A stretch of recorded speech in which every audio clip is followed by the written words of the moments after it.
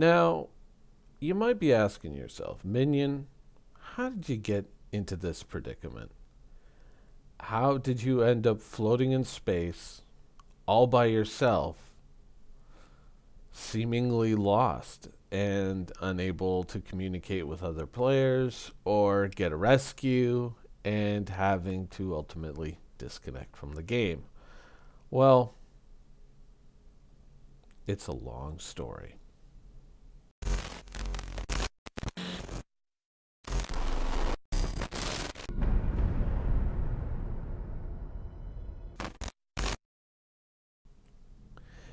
So it's Sunday afternoon, and a whole bunch of people have downloaded the PTU, and they're eager to try new ships. They've heard the frame rates are super high, and that goes for probably just about every org that plays the game. They were experiencing this.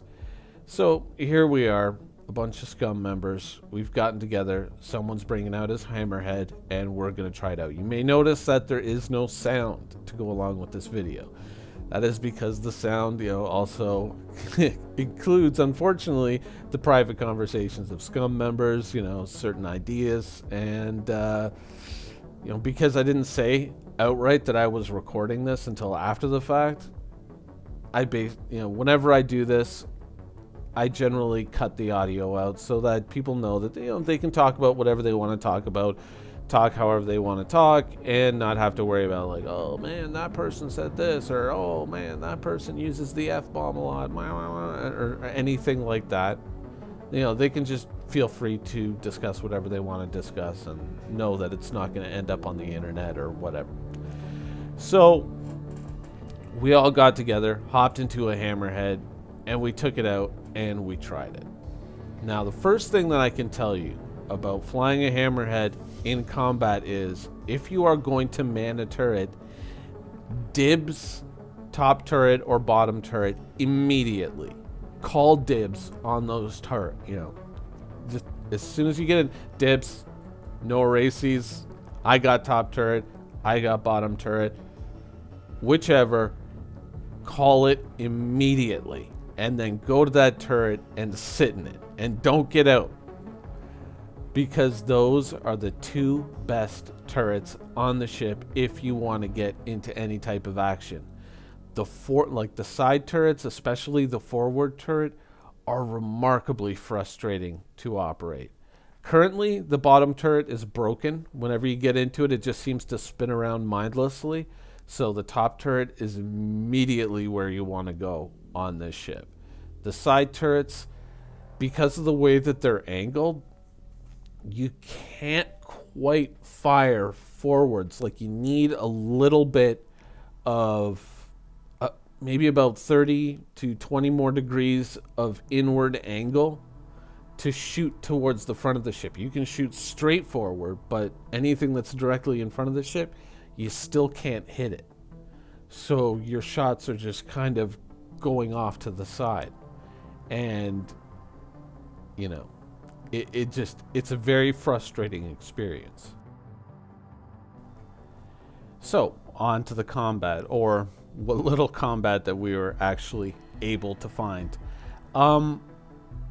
Some quick advice. Now, keep in mind that while we're doing this, our pilot was also utilizing 420 pilot performance boosters, so may not have been entirely aware of ship positioning at the time. But if you're piloting a ship like this, don't turn. Do not turn or reorient the ship unless specifically asked to do so, because it will frustrate and spoil the aim of your turrets. If you are running a partial NPC player crew, I would emphasize greatly that put your players in the top and the bottom turret and put your NPCs in the side turrets. Because the side turrets, as I am operating one here, are extremely frustrating to operate.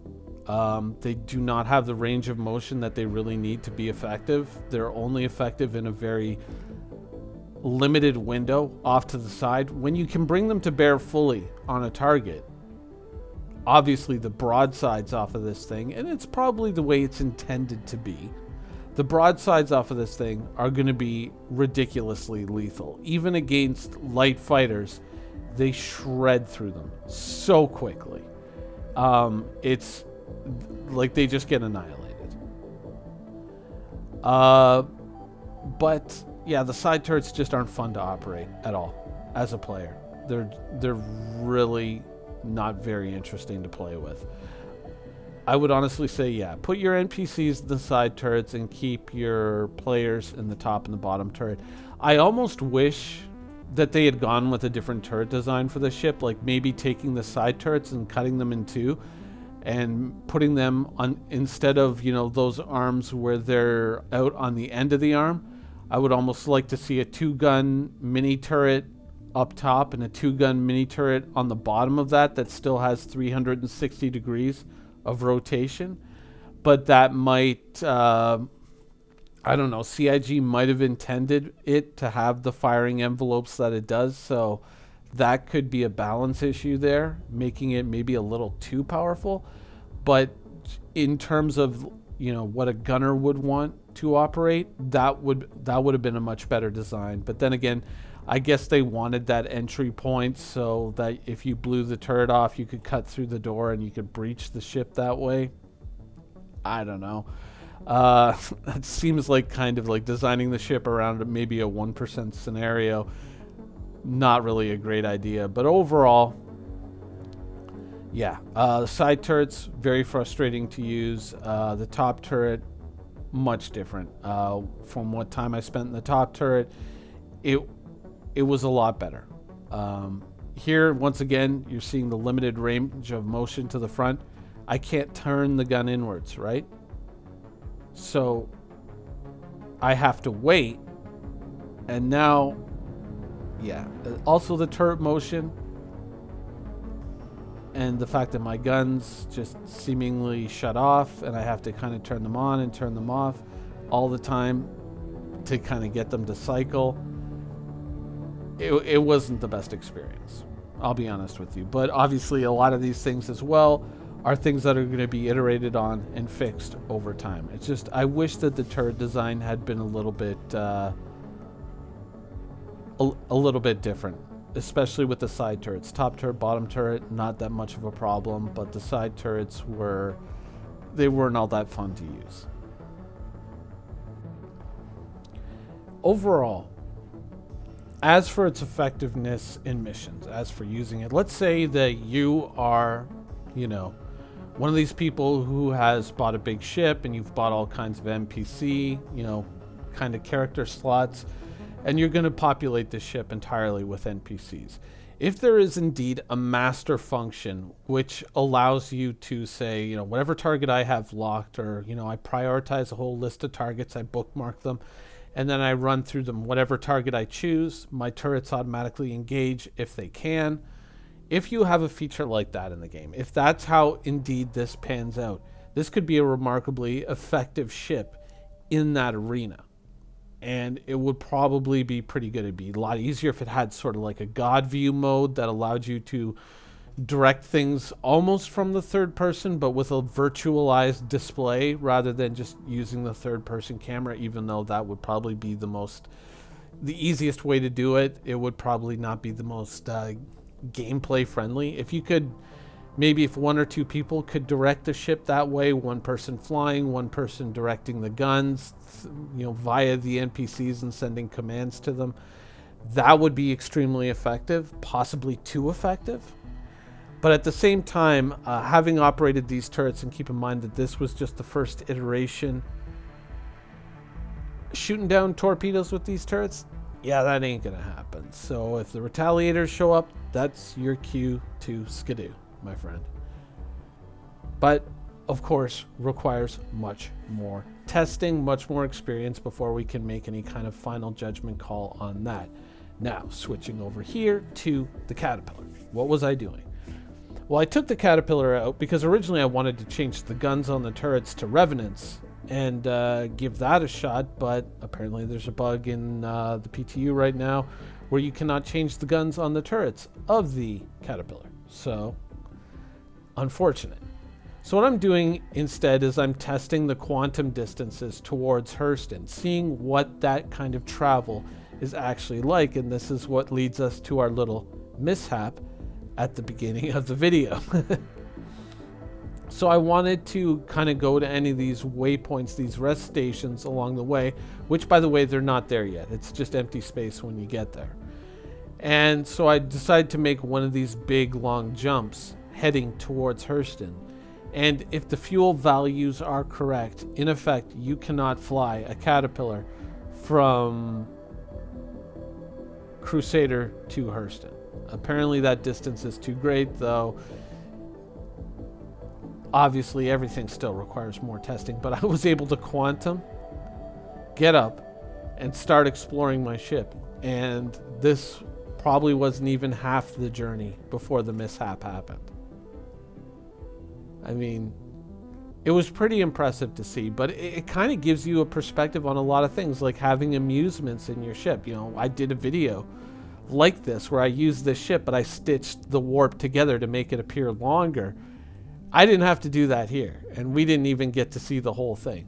Like, we're still traveling at warp. And, well, I keep calling it warp even though it's quantum, but yeah, we're still traveling at warp, and I'm able to wander around the ship and all that. You might want to think about buying one of those arcade machines for your lunchroom, or maybe making it so some of our, some of our more interactive hangar decorations and things like that can be brought into our bigger ships, because it's going to take a long while to get just about anywhere in this game.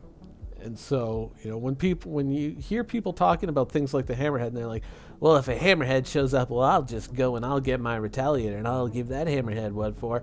Yeah, slow down there, Sparky, because you're going to have to travel that distance, and it's a lot farther than it looks. So, this whole notion that people have of, like, whenever you talk about a ship like the Hammerhead or like the Polaris or something like that, and they're like, well, I'll just go get this. It's like, there's a lot more to it. You can't just spawn things where you want them when you want them, right? There's the rules of the reality of Star Citizen.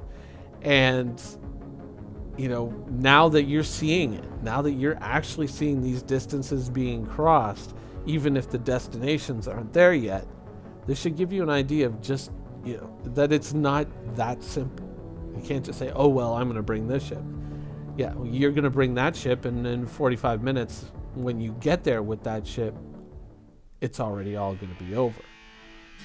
So these are all things that we're going to have to learn about. We're going to have to explore, including the fact that you can't walk out on those catwalks while you're at Quantum.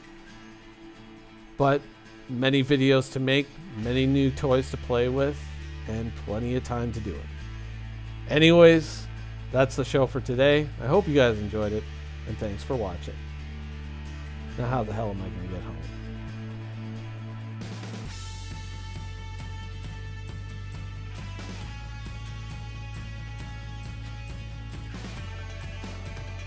Thank you for watching. So if you want to keep up with the latest and greatest in Star Citizen and Squadron 42's development, please follow us on our social media channels. See you soon.